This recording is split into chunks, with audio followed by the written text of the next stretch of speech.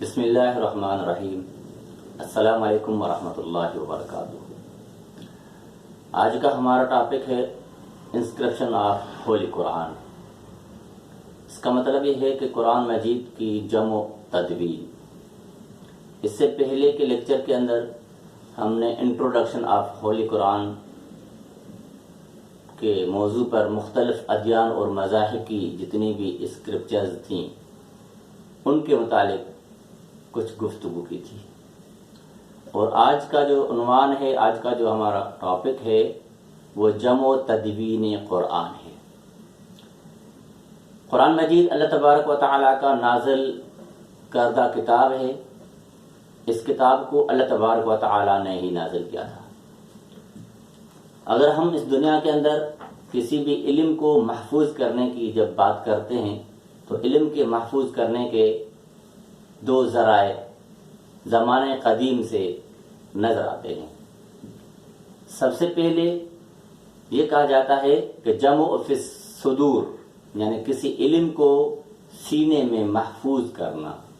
یاد کرنا، to keeping it in mind, memorising it, یعنی سینے میں، دماغ میں اس کو یاد کر دینا۔ زمانہ قدیم سے لے کر کے آج تک اس وے آف پرزرونگ کو اپنایا جاتا ہے۔ اسی طریقے کے اوپر لوگ اس دنیا کے اندر عمل کر رہے ہوتے ہیں۔ اور دوسرا جو وے آف پرزرو ہے کسی علم کو، کسی بھی چیز کو محفوظ کرنے کے لیے، وہ یہ ہے to record it by writing on the paper, یعنی کسی پیج کے اوپر کسی بھی چیز کو، کسی بھی علم کو لکھ کر کے محفوظ کرنا۔ تو اب ہم قرآن مجید کی طرف آتے ہیں کہ قرآن مجید کا جو جمع و تدوین قرآن ہے، انسکرپشن آف ہولی قرآن، اس کے متعلق بھی نبی کریم صلی اللہ علیہ وآلہ وسلم نے یہ دونوں طریقے اختیار کیے تھے۔ یہ دونوں راستے آپ صلی اللہ علیہ وآلہ وسلم نے قرآن مجید کی جمع اور تدوین کے لیے، قرآن مجید کے حفاظت کے لیے، یہ دونوں طریقے آپ صلی اللہ علیہ وسلم نے اپنائے تھے۔ نبی کریم صلی اللہ علیہ وآلہ وسلم کے اوپر جب پہلی وحی غار حرا میں نازل ہوتی ہے کہ اقرأ بسم ربک الذی خلق خلق الانسان من علق، یعنی غار حرا سے لے کر کے آخری خطبہ حجۃ الوداع تک کی وحی تک تقریباً 23 سال کم و بیش کے عرصے میں، 23 سال کے پیریڈ کے اندر نبی کریم صلی اللہ علیہ وآلہ وسلم کے اوپر یہ قرآن وقتاً فوقتاً نازل ہوتا رہا ہے۔ اور نبی کریم صلی اللہ علیہ وآلہ وسلم نے اس قرآن مجید کو سب سے پہلے خود یاد کیا۔ جو آیت، جو سورت نبی کریم صلی اللہ علیہ وآلہ وسلم کے اوپر نازل ہوتی تھی، سب سے پہلے اس آیت کو، اس سورت کو آپ صلی اللہ علیہ وآلہ وسلم خود میمورائز کرتے تھے، خود یاد کرتے تھے۔ اس کے بعد آپ صلی اللہ علیہ وآلہ وسلم کے ارد گرد جو companion of the holy prophet peace be upon ہم، جو صحابہ کرام نبی کریم صلی اللہ علیہ وآلہ وسلم کے ارد گرد جمع ہوتے تھے، ان صحابہ کرام رضوان اللہ علیہم اجمعین کو آپ صلی اللہ علیہ وآلہ وسلم یہ قرآن سکھاتے تھے، یہ قرآن پڑھاتے تھے، اور وہ لوگ اس قرآن کو یاد کرتے تھے۔ تو ہمیں جمع و تدوین قرآن کے حوالے سے ان تمام تر صورتوں کے اوپر نظر رکھنی چاہیے۔ سب سے پہلے جب ہم قرآن مجید کو کھولتے ہیں ریڈنگ کے لیے، پڑھنے کے لیے، سمجھنے کے لیے، تو ہمیں قرآن مجید کی جو دوسری صورت ہے، پہلی صورت تو سورہ فاتحہ ہے، اور جو دوسری صورت ہے سورہ بقرہ، سورہ بقرہ کے شروع کے اندر اللہ تبارک و تعالیٰ نے اس بات کا انسانوں کے ذہن کے اندر ارادہ مضبوط کرایا، انسانوں کو یہ باور کروایا، انسانوں کو یہ علم دیا کہ ذالک الکتاب لا ریب فیہ، یعنی اس کتاب کو پڑھنے والا انسان شروع دنوں میں ہو یا آج کے زمانے میں ہو، ان تمام انسانوں کے ذہنیت کے اندر یہ بات، اس آیت کے مد نظر ذہن کے اندر یہ بات تھی کہ یہ ایک کتابی فارم کے اندر بک ہے، کتاب ہے، جو آگے چل کر کے ان فیوچر یہ کتابی فارم کے اندر آ جائے، یعنی یہ کتاب بنے گی۔ یہ ہر انسان کے ذہن کے اندر یہ چیز موجود تھی، کیونکہ قرآن مجید اللہ تبارک و تعالیٰ نے انسانوں کے دل و دماغ اور ذہن کے اندر جب یہ آیت نازل فرمائی تو انسان کے ذہن کے اندر یہ بات بیٹھ گئی کہ یہ قرآن مجید آگے چل کر کمپائل ہوگا، پرزرو ہوگا، محفوظ ہوگا، جمع کیا جائے گا، اس کی تدوین بھی ہوگی، اس کے چیپٹرز وائز اس کو سیٹ کیا جائے گا، اس کی آیتیں بھی ہوگی، پہلے سپارے سے لے کر کے لاسٹ سپارے تک قرآن مجید جو ہے 30 سپاروں کے اندر ہمیں کیا ہوگا آخر میں جمع کی صورت میں ملے گا۔ تو نبی کریم صلی اللہ علیہ وآلہ وسلم اپنے زمانے میں قرآن مجید کو کیا کرتے تھے؟ یاد کرتے تھے پہلے، اس کے بعد آپ صلی اللہ علیہ وآلہ وسلم صحابہ کو پڑھواتے تھے، وہ ریڈ کرتے تھے، میمورائز کرتے تھے، وہ یاد کرتے تھے۔ نبی کریم صلی اللہ علیہ وآلہ وسلم نے چند صحابہ کرام رضوان اللہ علیہم اجمعین کی اسپیشل یہ ڈیوٹی رکھی تھی کہ آپ حضرات، آپ لوگ جب میرے اوپر قرآن مجید کی وحی نازل ہوتی ہو تو آپ لوگ یہ وحی مجھ سے سن کر اس کو محفوظ کیا کریں، اس کو پیپر پر لکھ لیا کریں۔ تو اس لیے کسی بھی علم کو محفوظ کرنے کے جو ذرائع ہوتے ہیں وہ دونوں ذرائع آپ صلی اللہ علیہ وآلہ وسلم نے قرآن مجید کے محفوظ کرنے کے لیے استعمال فرمائے۔ جب قرآن مجید سے پہلے کتابوں کی ہم نے بات کی تھی کہ ان تمام کتابوں کے حوالے سے آج تک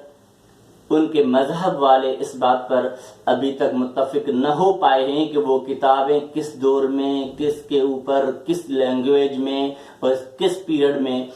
آئی تھیں، کہاں آئی تھیں، ان کے متعلق کچھ پتہ نہیں۔ اور یہ قرآن مجید اللہ تبارک و تعالیٰ کی آخری کتاب ہے۔ اس کتاب کو اللہ تبارک و تعالیٰ نے دنیا کی جتنی بھی اسکرپچرز، جتنی بھی آسمانی کتابیں نازل ہو چکی ہیں یا نبی کریم صلی اللہ علیہ وآلہ وسلم سے پہلے جتنے بھی انبیاء گزر چکے ہیں جن کا ذکر قرآن مجید میں بھی ہے، اور بعض انبیاء ایسے ہیں جن کا ذکر قرآن مجید کے اندر بھی نہیں ہے، تو اللہ تبارک و تعالیٰ کی یہ جو کتاب ہے، اس اللہ تبارک و تعالیٰ کی کتاب نے جو آخری کتاب ہے، یہ قرآن مجید تمام انبیاء کی کتابوں کی تصدیق کرنے والی ہے۔ قرآن مجید کے اندر سورہ مائدہ آیت نمبر 48 کے اندر اللہ تبارک و تعالیٰ ارشاد فرماتے ہیں وَأَنزَلْنَا إِلَيْكَ الْكِتَابَ بِالْحَقِّ مُصَدِّقًا لِمَا بَيْنَ يَدَيْهِ مِنَ الْكِتَابِ And we have sent down to you this book with the truth, confirming that which is before it of the books. اس کا مقصد یہ ہے، اللہ تبارک و تعالیٰ یہ فرماتے ہیں کہ وَأَنزَلْنَا إِلَيْكَ الْكِتَابَ بِالْحَقِّ مُصَدِّقًا لِمَا بَيْنَ يَدَيْهِ، یعنی یہ کتاب ہم نے آپ کے اوپر حق کے ساتھ، ٹروتھ کے ساتھ کیا کی ہے؟ نازل فرمائی ہے، نازل کی ہے۔ اس کا مقصد کیا ہے؟ مصدقا لما بین یدیہ من الکتاب، یعنی یہ وہ کتاب ہے، اپنے سے پہلی کتابوں کی یہ کتاب تصدیق کرتی ہے۔ یہ کتاب کہتی ہے کہ مجھ سے پہلے تورات، انجیل، زبور، رگ وید، سام وید، یجر وید، اتھر وید، XYZ جتنی بھی کتابیں جن کو دنیا کے اندر لوگ، اقوام دینی حیثیت دیتے ہیں، اسکرپچرز ان کو مانتے ہیں کہ وہ مقدس کتابیں ہیں، ان تمام کتابوں کا خلاصہ،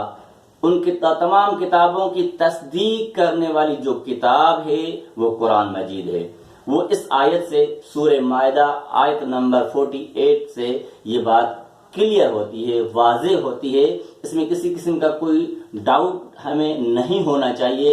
ہم تمام انسان ذات اور مسلمان اور نان مسلم ان تمام لوگوں کو اس بات پر کسی قسم کا کوئی ڈاؤٹ نہیں ہونا چاہیے کہ یہ جو قرآن مجید ہے، یہ قرآن مجید تمام ادیان کی کتابوں کی محافظ اس صورت میں ہے کہ پہلی جتنی بھی کتابیں اللہ تبارک و تعالیٰ نے نازل کی تھی ان کتابوں کے اندر تحریف ہو گئی تھی، ان کے اپنے ماننے والوں نے کتاب کے اندر تحریف کر دی. اس لیے اس قرآن مجید کو اللہ تبارک و تعالیٰ نے انسان ذات کی ہدایت کے لیے آخری کتاب بنا کر کے بھیجا، نازل کیا. اور اس کے ساتھ ساتھ یہ چیز ہمیں ذہن میں رکھنی چاہیے کہ یہ قرآن مجید کسی بھی مذہب کی کتاب کی قطعاً مخالفت نہیں کرتی، کسی بھی مذہب کی کتاب کو یہ کتاب قطعاً ریجیکٹ اس صورت میں نہیں کرتی کہ تورات کو اللہ نے نازل نہیں کیا، یا نعوذ باللہ زبور کو اللہ نے نازل نہیں کیا، یا انجیل کو اللہ نے نازل نہیں کیا، یا اس کے علاوہ صحف ابراہیم و موسیٰ اینڈ ادر اسکرپچرز جو پہلے گزر چکے ہیں، جن کا ذکر میں نے آپ کے سامنے رکھا تھا کہ ہندو مذہب کے جو سرتی جن کو الہامی کتابیں کہا جاتا ہے وہ، یا کنفیوشس مذہب کی جو کتابیں جن کو وہ 5 کنگز کہتے ہیں، یا اس کے علاوہ زرتشت مذہب جو ایران کا میسنجر، ایران کا پیغمبر کے نام سے اس کو یاد کیا جاتا ہے، اس کی کتاب زند اوستا، یعنی جتنی بھی پہلی کتابیں جن کو آسمانی حیثیت حاصل ہے،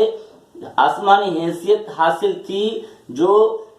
کلیئر ہو گئے تھے کہ وہ آسمانی کتابیں ہیں، ان تمام کتابوں کی یہ کتاب کیا کرتی ہے؟ تصدیق کرتی ہے. یہ ہمیں یاد رکھنا چاہیے. اور اس کے بعد اللہ تبارک و تعالیٰ فرماتے ہیں وَمُحَيْمِنًا عَلَيْهِ. اس کا مقصد یہ ہے کہ یہ کتاب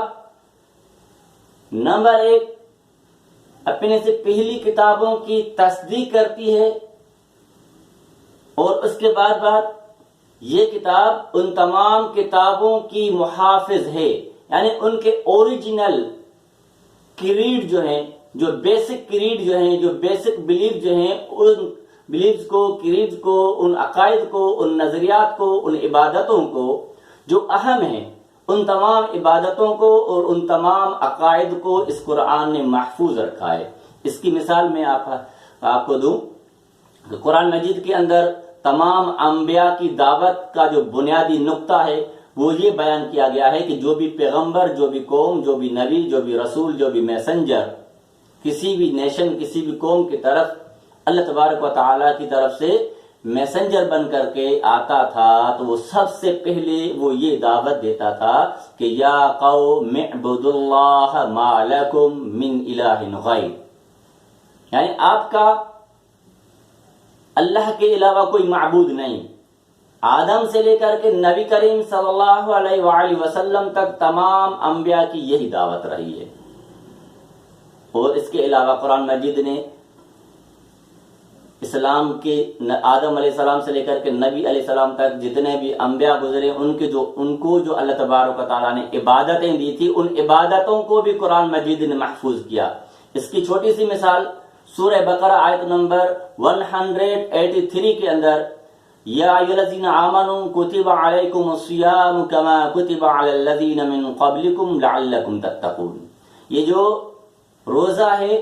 اسلام سے پہلے جتنے بھی ادیان گزر چکے ہیں، قرآن کہتا ہے من قبلکم، ان پر بھی یہ کیا تھا؟ فرض تھا. تو اس عبادت کو، تمام اقوام کی عبادت کو محفوظ کرتے کرتے ہم تک اللہ نے پہنچایا.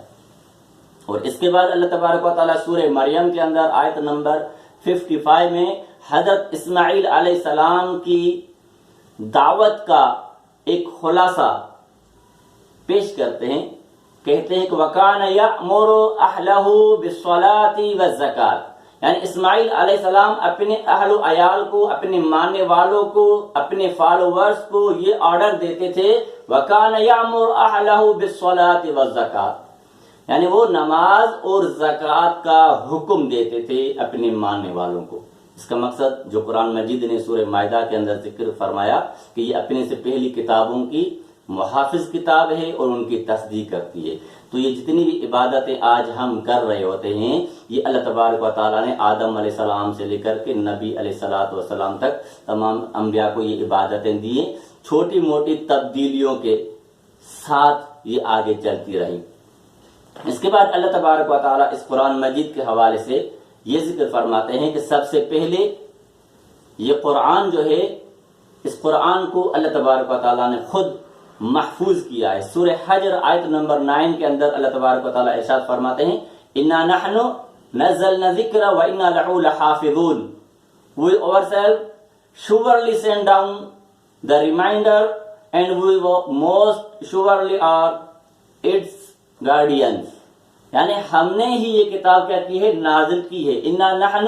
نزلنا الذکر وانا لہ لحافظون، یعنی اس کتاب کو ہمیں نازل کیا ہے اور اس کی حفاظت کی ذمہ داری ہمارے اوپر ہے. تو نبی کریم صلی اللہ علیہ وآلہ وسلم اس قرآن کے حوالے سے جو جمع و تدوین کی جو ہمارا جو آج کا جو ٹاپک ہے، عنوان ہے، اس کے حوالے سے آپ صلی اللہ علیہ وسلم یہ دونوں طریقے ساتھ ساتھ لے کر کے چلتے تھے. اور آپ صلی اللہ علیہ وآلہ وسلم نے صحابہ کرام رضوان اللہ علیہم اجمعین کو شروعاتی دور میں اس بات سے منع کیا تھا کہ لا تکتبوا عنی غیر القرآن فمن کتب فلیمحہ، یعنی آپ صلی اللہ علیہ وسلم نے سب سے پہلے قرآن مجید کی حفاظت کو اتنا اہم قرار دیا، اس کی اتنی اہمیت بیان فرمائی کہ یہ قرآن مجید کے علاوہ جو صحابہ کرام جو کچھ لکھتے ہیں اس کو نبی صلی اللہ علیہ وسلم نے کہا کہ اس کو مٹا دو. تو اس کا مقصد یہ ہے کہ آپ صلی اللہ علیہ وسلم نے سب سے پہلے قرآن مجید کی حفاظت اور قرآن مجید کی جمع و تدوین کا جو پروگرام بنایا، جمع و تدوین کے حوالے سے جو آپ صلی اللہ علیہ وسلم نے تو طریقہ اپنایا وہ جمع فی السطور اور جمع فی الصدور، لکھ کر کے بھی اس کو محفوظ کیا گیا اور یاد کر کے بھی اس کو محفوظ کیا گیا. اور اللہ تبارک و تعالیٰ نے خود ہی اس قرآن کی حفاظت کا ذمہ لیا. اس لیے اللہ تبارک و تعالیٰ نے فرمایا انا نحن نزلنا الذکر وانا لہ لحافظون. یہاں پر ایک اور آیت اللہ تبارک و تعالیٰ کی قرآن مجید کی ہے، لا یاتیہ الباطل من بین یدیہ ولا من خلفہ. یہ سورہ حامیم سجدہ آیت نمبر 42 ہے. اس کے اندر اللہ تبارک و تعالیٰ ارشاد فرماتے ہیں falsehood cannot come it from before it or behind it. اس کا مقصد یہ ہے کہ لا یاتیہ الباطل من بین یدیہ ولا من خلفہ، یعنی باطل جو ہے، جو جھوٹ ہے، اس قرآن میں نہ آگے سے آ سکتا ہے نہ پیچھے سے آ سکتا ہے. اس کا مقصد یہ ہے کہ اللہ تبارک و تعالیٰ نے قرآن مجید کی حفاظت کی ٹوٹلی ذمہ داری اپنے سر لی تھی. اور اس کے علاوہ قرآن مجید کے اندر اللہ تبارک و تعالیٰ سورہ قیامہ میں آیت نمبر 16 کے اندر اللہ تبارک و تعالیٰ ارشاد فرماتے ہیں کہ لا تحرک به لسانک لتعجل به، don't move your tongue to accelerate it, یعنی اپنی زبان کو